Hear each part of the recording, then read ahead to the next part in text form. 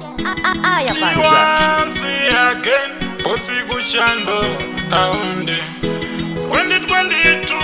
again, Komashani Somaba. Ishetensi Mukatsi, Wandi Charora, Wandi Chatora, Komborera Ivanano Yedu,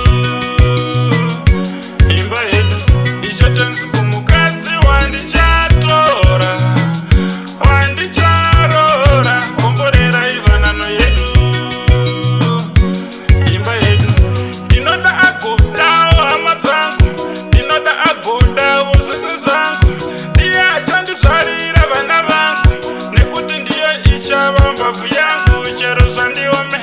Ndinoda akugara chindiyemera imba ine mufaro ndiye ndinofarira rudo ruchivhira kufura mbaura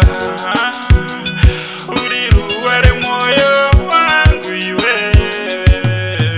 ishetensi kumukadzi wandicharora wandichatora komborera ivanano yedu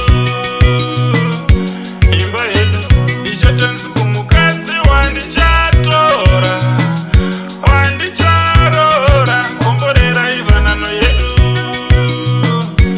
imba yedu ndimi matasikabhura manasara vakagarisana kusvika vakwekura tadzoka futi kuna adhamu naivha vaviri ava vanga vane hwani lavhu vakazobvaisa zvavo nekudyana stafu bati palavhu chaipo ndinovapa manafu vachigara vachifara like holiday imba ine mufaro isina maproblem rudo chairwo rwakanyorwa mubhaibheri vachigara vachidanana baby ishetensi kumukadzi wandicharora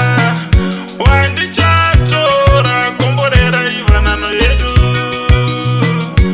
imba yedu ishetensi kumukadzi wandichatora wandicharora komborera ivanano yedu imba yedu ndinoda agodawo hama dzangu ndinoda agodawo zvese zvangu ndiye achandizvarira vana vangu nekuti ndiye ichava mbavhu yangu chero zvandiomera ndinoda akugara chindiyemera imba ine mufaro ndiye ndinofarira rudo ruchivhira kufura mbaura uri ruva remwoyo wangu iwe ishetensi kumukadzi wandicharora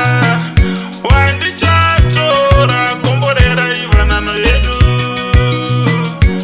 imba yedu ishetensi kumukadzi wandichatora wandicharora komborera ivanano yedu